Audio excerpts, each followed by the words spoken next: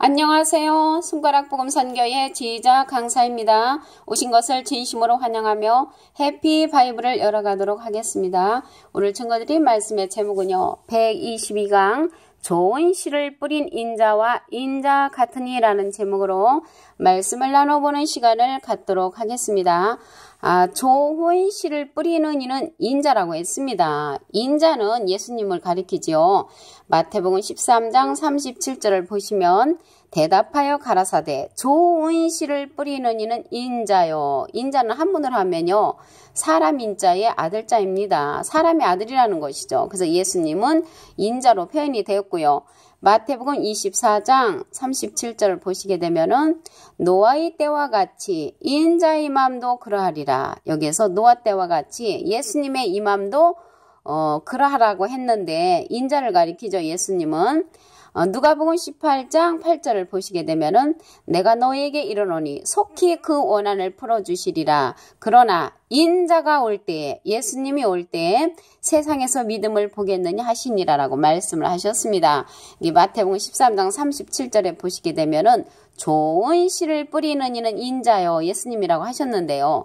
무슨 씨를 뿌렸냐면 마가복음 4장 14절에 보시게 되면은 뿌리는 자는 말씀을 뿌리는 것이라. 그래서 뿌리는 자는 말씀을 뿌린다고 말씀을 하셨기 때문에 뿌린 말씀이 마지막에 계시록에 가서 말씀의 열매로 나타날 줄로 믿습니다.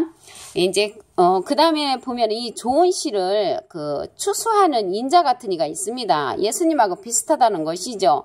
그래서 좋은 씨를 추수하는 그 인자 같은 이는 예수님하고 비슷한 그런 사명자인데 누구냐면 요한복음 4장 36절에서 37절을 보시게 되면은 거두는 자가 이미 싹도 받고 영생에 이르는 열매를 모으나니 이는 뿌리는 자와 거두는 자가 함께 즐거워하게 함이라. 뿌리는 자는 아까 마태복음 13장 37절에 보시게 되면은 좋은 씨를 뿌리는 이는 인자요. 인자는 예수님이었잖아요. 예수님이 뿌리셨고 거두는 자가 따로 있다는 것입니다. 함께는 예수님이라면은 거두는 자가 이제 예수님이라면 함께가 될 수가 없지요. 뿌리는 자는 예수님이었고 거두는 자와 함께라는 것을 볼 때 거두는 자는 인자 같으니 예수님과 비슷한 그분이 거둔다는 것을 말씀을 통하여 알 수가 있습니다. 마가복음 4장 29절을 보시게 되면은 열매가 익으면 곧 낫을 대나니 이는 추수 때가 이르렀습니다. 그래서 추수 때가 되면은 이제 열매를 이제 거두는데 여기서 낫을 대나니 그랬거든요. 낫을 댄다는 것은 추수 때에는 낫으로 말미암아 그 곡식을 거두듯이 우리가 여기에서 낫은 실질적으로 우리 하나님의 백성들을 거둘 때 실질적인 그런 낫으로 거두지는 않겠죠. 그런 낫으로 거두는 것이 아니고 말씀의 낫자로로 말미암아 거두는 줄로 믿습니다. 예수님이 인자라고 하셨는데요. 우리 한 기절을 더 보시게 되면은 요한복음 6장 27절에 보시게 되면 썩는 양식을 위하여 일하지 말고 영생하도록 있는 양식을 위하여 하라. 이 양식은 인자가 너에게 주리니 인자는 예수님이라고 했죠. 아버지 하나님의 인치신 자니라. 그래서 인자는 예수님을 가리킨다는 것을 알 수가 있습니다. 그리고 신약에 인자 되신 예수님은 80회 이상 나타나셨습니다. 천국의 아들 좋은 씨를 뿌리는 자가 이제 인자라고 말씀을 하셨고요. 마태복음 13장 34절에 보시게 되면은 예수께서 그들 앞에 또 비유를 베풀어 가라사대 천국은 좋은 씨를 제밭에 뿌린 사람과 같으니라고 그렇게 말씀을 하셨습니다. 그래서 좋은 씨, 천국의 아들들을 추수하는 인자 같은 이가 있다는 말이죠. 인자 같은 이 마태복음 13장 39절에 보시게 되면은 가라지를 심은 원수는 마귀요 추수 때는 세상 끝이요 추수꾼은 천사들이니 라고 말씀을 하셨습니다. 그래서 인자 같은 이가 누구냐면요. 우리가 이제 추수 때가 되었기 때문에 그 추수의 사명자를 보도록 하겠습니다. 계시록 14장 14절을 보시게 되면은 또 내가 보니 흰 구름이 있고 구름 위에 사람의 아들과 같은 이가 앉았는데 그 사람의 아들은 한문으로 하면 인자입니다. 인자.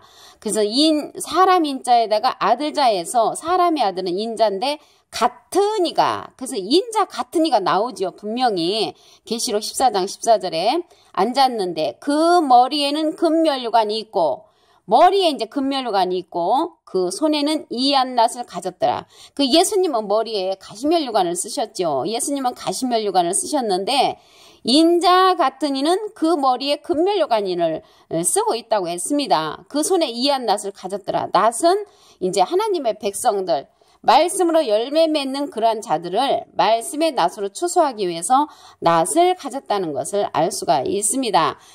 계시록 6장 2절에 보시게 되면은 내가 이에 보니 흰말이 있는데 그 탄자가 활을 가졌고 면류관을 받고 나가서 이기고 또 이기려고 하더라. 그래서 이기고 또 이기려고 하는 그 사명자가 흰말인데 나가서 이기고 이기려고 하더라. 근데 이제 여기에서 흰말이 나오는데요. 백마라고 신천지에서는 예수님이라고 하는데 예수님이 아닙니다. 왜 그러냐면 이기고 또 이기려고 하는 그런 사명자이기 때문에 예수님은 이긴 자로서 이길 것이 없는 완료형을 뜻합니다.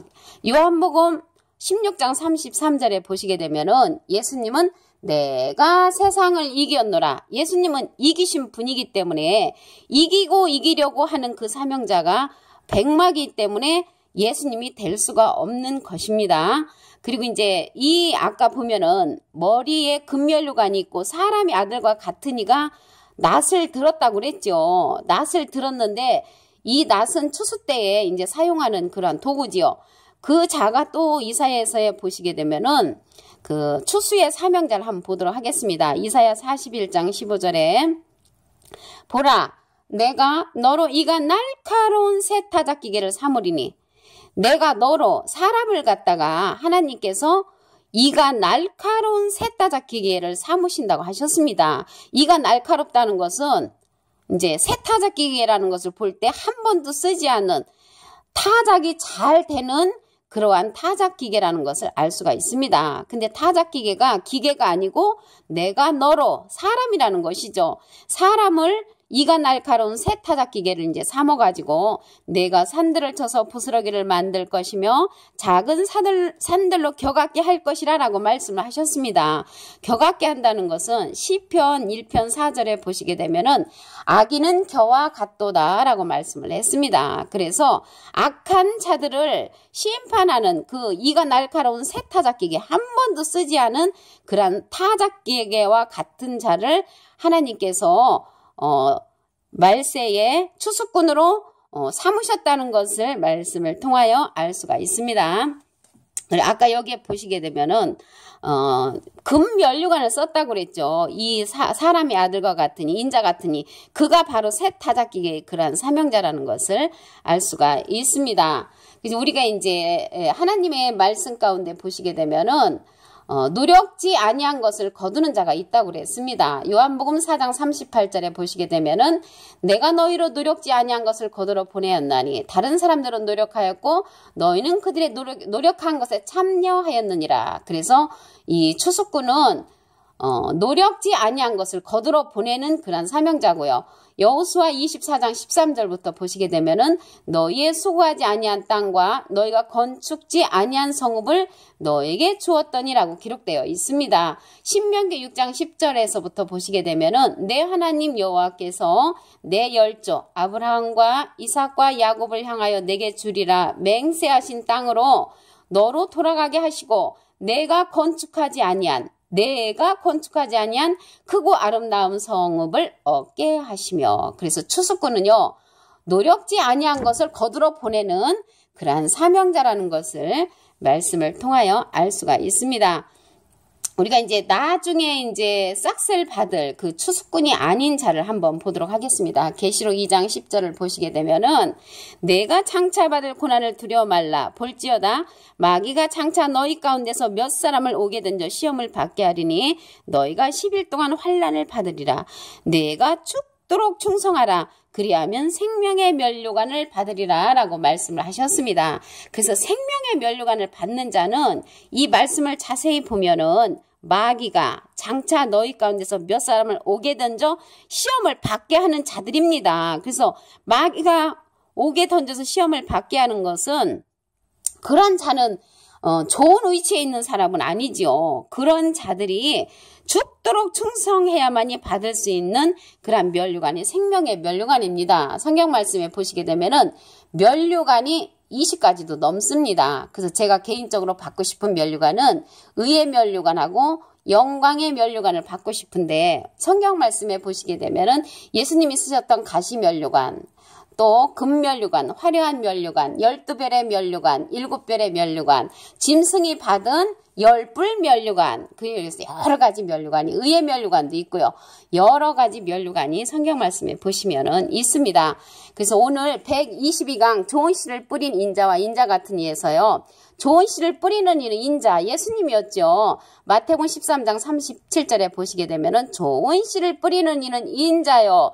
그리고 이제 성경 말씀에 이제 그 신약 정서에 보시게 되면은 예수님이 인자라는 그러한 말씀이 80회 이상 나옵니다. 그래서 인자 같은 이는 예수님이 아니시고요. 성전으로부터 나온 자가 인자 같은 이에게 추수하라고 명령하는 내용으로 보아 인자 같은 이가 예수라면 예수에게 명령할 수 있는 그런 천사가 있어야 하는데 그렇지가 않았지요. 계시록 14장 14절에 보시게 되면은 또 내가 보니 흰 구름이 있고 구름 위에 사람의 아들과 같은 이가 앉았는데 그 머리에는 금면류관이 있고 그 손에는 이한 낫을 가졌더라. 그렇게 말씀을 하시면서 15절에 보시면 또 다른 천사가 성전으로부터 나와 구름 위에 앉은 이를 향하여 큰 음성으로 외쳐 가로되 내 낫을 휘둘러 거두라. 거둘 때가 이르러 땅에 곡식이 다 익었음이로다 하니 구름 위에 앉으시니가 낫을 땅에 휘두름에 곡식이 거두어지니라 라고 말씀을 하셨습니다. 여기서 곡식이 거두어진다는 것은 사람, 말씀으로 인하여서 열매로 맺혀지는 그런 사람의 곡식인 줄로 믿습니다. 여기에서 이한 낫은 추수 때 그 사명자가 가진 말씀의 낫자루인 것을 알 수가 있습니다.